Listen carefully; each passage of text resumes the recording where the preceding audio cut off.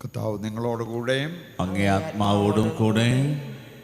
വിശുദ്ധ മത്തായി അറിയിച്ച പരിശുദ്ധ സുവിശേഷത്തിൽ നിന്ന്.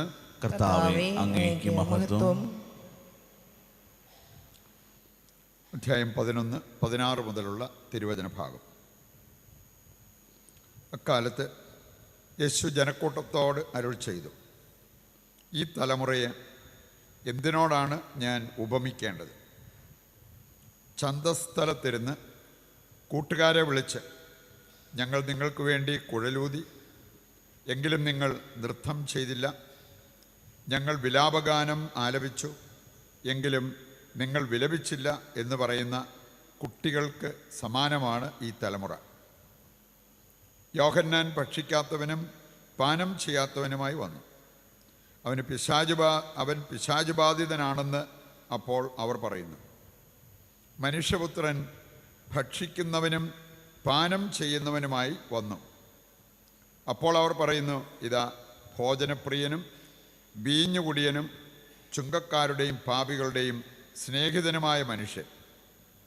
എങ്കിലും ജ്ഞാനം അതിൻ്റെ പ്രവൃത്തികളാൽ നീതിമൽക്കരിക്കപ്പെട്ടിരിക്കുന്നു. കർത്താവിൻ്റെ സുവിശേഷം. ക്രിസ്തുവേ, അങ്ങേക്ക് സ്തുതി.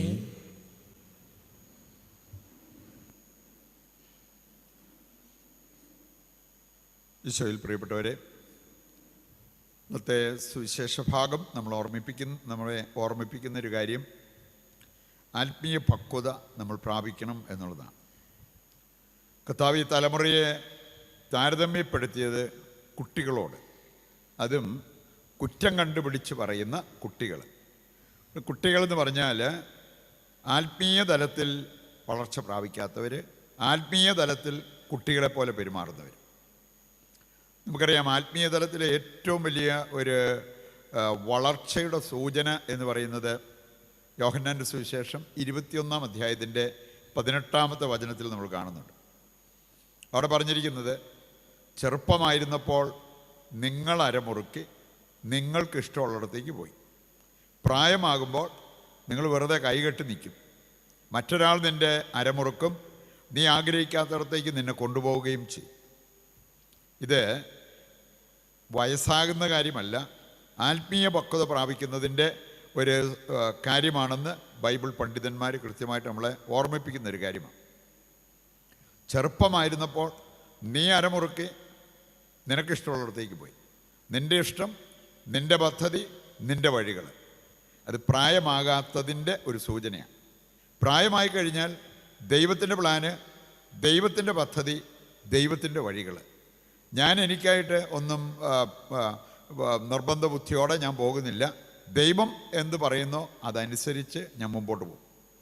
ഇന്നത്തെ ആദ്യവായനയിൽ നമ്മൾ കേട്ട ഒരു കാര്യമാണ്, നന്മ വരാനുള്ള വഴി ഞാൻ നിങ്ങളെ പഠിപ്പിക്കാം.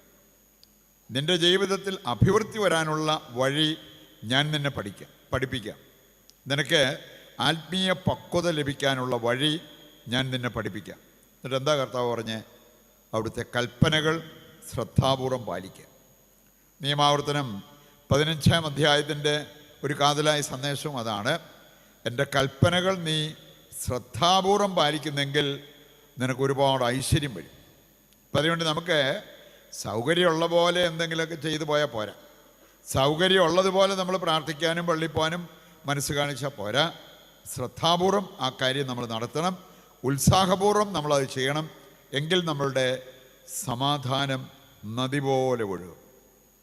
ഇത് വ്യക്തികളും കുടുംബങ്ങളും ഒരുപോലെ വിഷമിക്കുന്ന ഒരു മേഖലയാണ് അസമാധാനത്തിൻ്റെ വേമൽ. ഒരു സമാധാനമില്ല, വീട്ടിലാണേലും ഒരു സമാധാനമില്ല എന്ന് പറയേണ്ടി വരുന്ന നിരവധി ആളുകൾ നമ്മൾ കേൾക്കാറുണ്ട്. അപ്പം അതുകൊണ്ട് ഈ സമാധാനം കിട്ടാൻ, ഐശ്വര്യം വരാൻ, നന്മ വരാൻ നമ്മൾ ചെയ്യേണ്ട കാര്യം കർത്താവ് വചനത്തിൽ പറയുകയാണ്, എൻ്റെ കൽപ്പനകൾ നീ ശ്രദ്ധാപൂർവം പാലിക്കണം.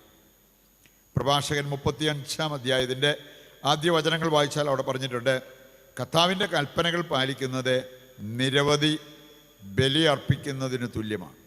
നിരവധി ബലികൾ അർപ്പിക്കുന്നതിന് തുല്യമാണ് കർത്താവിൻ്റെ കൽപ്പനകൾ അനുസരിച്ച് ജീവിക്കുന്നത്. പറയുന്നുണ്ട്, ദൈവത്തോട് ചേർന്ന് നിൽക്കുകയും ദൈവത്തിൻ്റെ കൽപ്പനകൾ അനുസരിക്കുകയും ചെയ്യുന്നവരുടെ ജീവിതത്തിലേക്കാണ് ഈ അനുഗ്രഹ സമൃദ്ധി വരുന്നത് എന്ന് കർത്താവിൻ്റെ വചനം തന്നെ നമ്മെ ഓർമ്മിപ്പിക്കുന്ന ഒരു കാര്യമാണ്. വളരാത്തതിൻ്റെ ചില സൂചനകൾ നമുക്ക് കാണാൻ സാധിക്കും. ദൈവവചനത്തിലൂടെ നമ്മൾ കടന്നു പോകുമ്പോൾ ഈ പിള്ളേരെ പോലെ കൊതിക്കുറവ് പറയുന്നത് വളരാത്തതിൻ്റെ ഒരു സൂചന.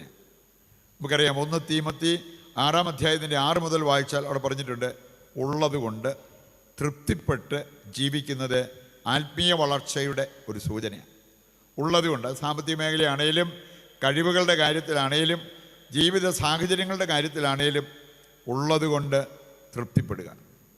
ഞാൻ കണ്ടിട്ടുണ്ട് ചിലർ, അവരെ സംബന്ധിച്ചിടത്തോളം അവർക്ക് വലിയ സാമ്പത്തികമായിട്ട് വലിയ പുരോഗതിയൊന്നുമില്ല, വലിയ ബിസിനസ്സോ അങ്ങനെ വരുമാന മാർഗങ്ങളോ ഒന്നുമില്ല. പക്ഷെ എന്നാലും ഉള്ളതുകൊണ്ട് വളരെ സന്തോഷത്തോടെ അവർ വീട്ടിൽ വർത്തമാനമൊക്കെ പറഞ്ഞ് ചിരിച്ച് ആനന്ദത്തോടെ മറ്റു വ്യക്തികളെ കരുതി ഭക്ഷണം കഴിക്കുന്ന സാഹചര്യങ്ങളുണ്ട്. പക്ഷെ മറുവശത്ത് നമുക്ക് കാണാൻ സാധിക്കും, ഇഷ്ടംപോലെ സമ്പത്തും സൗഭാഗ്യങ്ങളും തിന്നാനും കുടിക്കാനും ഒക്കെ ഇഷ്ടം പോലെ ഉണ്ടായിട്ട് ഒന്നിച്ചിരുന്ന് ഒന്ന് ഭക്ഷണം കഴിക്കാൻ പോലും പറ്റാത്ത സാഹചര്യങ്ങളിലൂടെ കടന്നു പോകുന്ന കുടുംബങ്ങളുണ്ട്.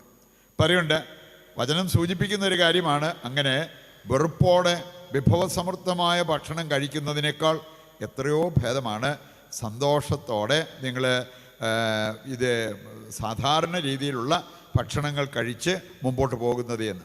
അപ്പം അതുകൊണ്ട് ഈ ഒരു ബന്ധമാണ്, പരസ്പര സ്നേഹമാണ് നമ്മുടെയൊക്കെ കുടുംബത്തിൽ പ്രധാനപ്പെട്ടത്. ഇനി അത് ഇല്ലാതെ പോകുന്നതിൻ്റെ ഒരു സൂചന നമ്മൾ വളരാത്തതാണ് എന്നുള്ളത് കർത്താവ് നമ്മെ ഓർമ്മിപ്പിക്കുക.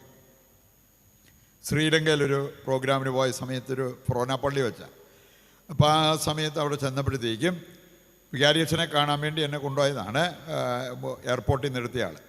അവിടെ ചെന്ന് കഴിഞ്ഞപ്പം ആരോ വികാരിയച്ഛൻ്റെ മുറിയിലിരിപ്പുണ്ട്. ഇപ്പം ഞാൻ ഇവിടെ ഇരിക്കാമെന്ന് പറഞ്ഞ് അവിടെ ഇരുന്ന് വെയിറ്റ് ചെയ്ത സമയത്ത് നോക്കിയപ്പം ഭിത്തിയിൽ ഒരു കാര്യം എഴുതി വച്ചിരിക്കുന്നത് കാണുകയുണ്ടായി. 4 ലൈൻ ഭിത്തിയിൽ എഴുതി വച്ചിരിക്കുന്നത് ഇംഗ്ലീഷിലായിരുന്നു. ഞാനത് വായിച്ചു. ഞാൻ അന്നേരം അവിടെ കുറിച്ചെടുക്കുകയും ചെയ്ത് ഏതോ ഒരു പുസ്തകത്തിൽ ഞാൻ സൂചിപ്പിച്ചിട്ടുണ്ട്. ആദ്യത്തെ ലൈനിൽ ഞാൻ വായിച്ചത്, സ്മോൾ മൈൻഡ്സ് ഡിസ്കസ് പീപ്പിൾ. ഇന്നത്തെ സുവിശേഷ ഭാഗത്ത് നമ്മൾ കണ്ട ഒരു കാര്യമാണ്. അവരൊന്നിച്ചിരുന്ന് അവർ പറഞ്ഞുകൊണ്ടിരുന്നത് ചില കൂട്ടുകാരെക്കുറിച്ചാണ്, നാട്ടുകാരെക്കുറിച്ചാണ്. ഞങ്ങൾ കുഴലൂതിയപ്പോൾ അവർ നൃത്തം ചെയ്തില്ല. ശരിക്കും നമ്മൾ ഈ മനുഷ്യരെക്കുറിച്ച് ഒരുപാട് ഇങ്ങനെ പറഞ്ഞുകൊണ്ടിരിക്കാൻ, അവരുടെ കുറ്റങ്ങളോ കുറവുകളോ ഒക്കെ പറഞ്ഞുകൊണ്ടിരിക്കാനുള്ള കാരണം ഇവിടെ കൃത്യമായിട്ട് പറഞ്ഞിരിക്കുകയാണ്, നിൻ്റെ മനസ്സ് വളരാത്തതാണ്. അപ്പം അങ്ങനെ ഒരു കാര്യം നമ്മൾ വെളിപ്പെടുത്തരുത്. വളരാത്ത മനസ്സിൻ്റെ ഉടമയാണ് ഞാനെന്ന് വെളിപ്പെടുത്തുകയാണ്. ഞാൻ വാ തുറന്ന ആരുടെയെങ്കിലും കാര്യങ്ങൾ കുറ്റവും കുറവും പറഞ്ഞുകൊണ്ടിരിക്കുന്ന ആ ഒരു സാഹചര്യം. രണ്ടാമത്തെ ലൈനിൽ ഞാൻ വായിച്ചതാണ്, ആവറേജ് മൈൻഡ്സ് ഡിസ്കസ് ഫാക്ട്സ് എന്ന് പറഞ്ഞാൽ മനസ്സിനൊരു ആവറേജ് വളർച്ചയെങ്കിലും വന്നിട്ടുണ്ടെങ്കിൽ നമ്മൾ ഊഹിച്ച് സംസാരിക്കത്തില്ല. കൃത്യമായിട്ട് സത്യം അറിയാമെങ്കിൽ നമ്മൾ സത്യം പറയും, അല്ലാതെ എനിക്ക് തോന്നുന്നു അതൊക്കെയാണ് എന്നുള്ള രീതിയിൽ ഒരിക്കലും നമ്മൾ പറയത്തില്ല. അത് മറ്റുള്ളവരെക്കുറിച്ച് നമ്മൾ സംസാരിക്കുമ്പോഴാണേലും ഊഹിച്ച് സംസാരിക്കുന്ന ആ ഒരു സാഹചര്യം. പ്രഭാഷകൻ 5:12 വായിച്ചാൽ അവിടെ പറഞ്ഞിരിക്കുന്ന ഒരു കാര്യമാണ്, അറിയാമെങ്കിൽ പറയാവൂ, അല്ലെങ്കിൽ വാ തുറക്കരുത്. അറിയാമെങ്കിൽ മാത്രമേ പറയാവൂ. സത്യം അറിയില്ലെങ്കിൽ നമ്മൾ പറയുന്നതിനേക്കാൾ ഊഹിച്ച് സംസാരിക്കുന്നതിനേക്കാൾ നല്ലത് മിണ്ടാതിരിക്കുന്നതാണ് എന്ന് വചനം നമ്മെ ഓർമ്മിപ്പിക്കുന്ന കാര്യമാണ്. മൂന്നാമത്തെ ലൈനിൽ ഞാൻ വായിച്ചത്, ഗ്രേറ്റ് മൈൻഡ്സ് ഡിസ്കസ് ഐഡിയാസ്. മനസ്സ് നന്നായിട്ട് വളർന്ന് നല്ല മനോഭാവത്തിൻ്റെ ഉടമകളായി മാറിയിട്ടുള്ളവർക്ക് നല്ല നല്ല ആശയങ്ങൾ വരും. പ്രിയപ്പെട്ടവരെ, അതിനൊക്കെ നമ്മൾ പ്രാർത്ഥിക്കണം. അതിന് നമ്മൾ നല്ല പുസ്തകങ്ങളൊക്കെ വായിക്കണം. മറ്റുള്ളവർ ആത്മീയ വളർച്ച പ്രാപിച്ച വ്യക്തികളെ പഠിക്കണം. നല്ല വ്യക്തികളുമായിട്ട് നമുക്ക് ബന്ധമുണ്ടാകണം, ആത്മീയ ബന്ധം. ഇതൊക്കെ ഉണ്ടെങ്കിൽ നമുക്ക് നല്ല നല്ല ആശയങ്ങൾ നമ്മുടെ മനസ്സിൽ വരും. അത് മറ്റുള്ളവർക്ക് ഉപകാരപ്രദമാവുകയും അനുഗ്രഹപ്രദമാവുകയും ചെയ്യും. അവസാനത്തെ 4ാമത്തെ ലൈനിൽ ഞാൻ വായിച്ചത്, only those with the greatest mind act in silence. നന്നായിട്ട് മനസ്സ് വളർന്ന, മനസ്സിന് നല്ല പക്വത, പ്രത്യേകിച്ച് ആത്മീയ പക്വത പ്രാപിച്ച വ്യക്തികളുടെ ഒരു സൂചന ഇവിടെ പറഞ്ഞിരിക്കുകയാണ്. ഒത്തിരി വർത്തമാനമൊന്നും പറയുകയല്ല, പക്ഷെ അവർ ചെയ്യേണ്ട കാര്യങ്ങളെല്ലാം കൃത്യമായിട്ട് ചെയ്യും. ഇതുപോലത്തെ ആൾക്കാരെ നമ്മളും നമ്മുടെ ചുറ്റുപാട് നമ്മൾ കണ്ടെന്ന് വരും. അവരൊരുപാട് നടന്ന് പറയത്തില്ല, അവർ ചെയ്ത കാര്യങ്ങളും അവർ പറയാനായിട്ട് നോക്കിയെന്ന് വരത്തില്ല. പക്ഷെ അവർ നിശബ്ദതയിൽ മറ്റാരും കാണുന്നില്ലേലും അവർ ചെയ്യേണ്ട കാര്യങ്ങളെല്ലാം കൃത്യമായിട്ട് ചെയ്ത് മുന്നോട്ട് പോകും. അത് മനസ്സ് നന്നായിട്ട് വളർന്നതിൻ്റെ ഒരു സൂചനയായിട്ടാണ് എടുത്തു പറഞ്ഞിരിക്കുന്നത്. പ്രിയപ്പെട്ടവരെ, അങ്ങനെ ഒരു ആത്മീയ പക്വത നമ്മൾ പ്രാപിച്ചു കഴിഞ്ഞാൽ പിന്നെ നമ്മുടെ ഇഷ്ടങ്ങൾ, നമ്മുടെ പ്ലാനുകൾ, നമ്മുടെ പദ്ധതികൾ, അതിനേക്കാൾ ദൈവത്തിൻ്റെ ഇഷ്ടം എന്താണ്, ദൈവത്തിന് എന്നെക്കുറിച്ചുള്ള പ്ലാനും പദ്ധതിയും എന്താണ്, അത് അറിയാനുള്ള ഒരാഗ്രഹം നമുക്കുണ്ടാകും. ജെറമിയായുടെ പുസ്തകം 29:11 വായിച്ചാൽ അവിടെ പറഞ്ഞിട്ടുണ്ട്, എനിക്ക് എൻ്റെ മനസ്സിൽ നിന്നെക്കുറിച്ചുള്ള പദ്ധതി അത് നിൻ്റെ നാശത്തിനല്ല, നിൻ്റെ ക്ഷേമത്തിനുള്ള പദ്ധതിയാണ്. ഇത് നമ്മൾ അറിയണം. ഇനി അതറിയാനൊരു പരിശ്രമം നടത്തുന്നില്ലെങ്കിൽ നമ്മുടെ പ്ലാനും പദ്ധതിയും ഇത് തന്നെയാണ് ദൈവത്തിൻ്റെയും പ്ലാനും പദ്ധതിയും എന്ന ചിന്തയിൽ നമ്മൾ മുമ്പോട്ട് പോകുന്ന അവസ്ഥയുണ്ടാവും. നമുക്കറിയാലോ, പരിശുദ്ധ കന്യാമറിയത്തിന് നല്ല പ്ലാനും പദ്ധതിയൊക്കെ ആയിരുന്നു മനസ്സിൽ. പക്ഷേ ഗബ്രിയേൽ ദൂതനിലൂടെ ദൈവം വെളിപ്പെടുത്തി, നിന്നെക്കുറിച്ചുള്ള എൻ്റെ പദ്ധതി ഇതിൽ നിന്നും വ്യത്യസ്തമാണ്. അത് അംഗീകരിച്ചത് കൊണ്ടാണ് ലോകത്തിനൊരു രക്ഷകനുണ്ടായത്. അപ്പോൾ നമ്മുടെ പ്രാർത്ഥനയിലൊക്കെ അനുദിനം നമ്മൾ ചെയ്യേണ്ട ഒരു കാര്യം, ഇന്ന് ദൈവത്തിന് എന്നെക്കുറിച്ചുള്ള പദ്ധതി എന്താണ്, അതെനിക്കറിയണം, അത് നിറവേറ്റണം. അതെൻ്റെ പദ്ധതിക്ക് വിരുദ്ധമായിട്ട് വന്നാലും ദൈവത്തിൻ്റെ പദ്ധതി നിറവേറട്ടെ എന്ന് പറയാൻ എനിക്ക് സാധിക്കണം. ഈ ഒരു കാഴ്ചപ്പാടിൽ ജീവിക്കുവാൻ വേണ്ട കൃപയ്ക്കും അനുഗ്രഹത്തിനുമായിട്ട് ഇന്നത്തെ ബലിയിൽ ദൈവത്തോട് നമുക്ക് പ്രത്യേകം പ്രാർത്ഥിക്കുകയും ചെയ്യാം.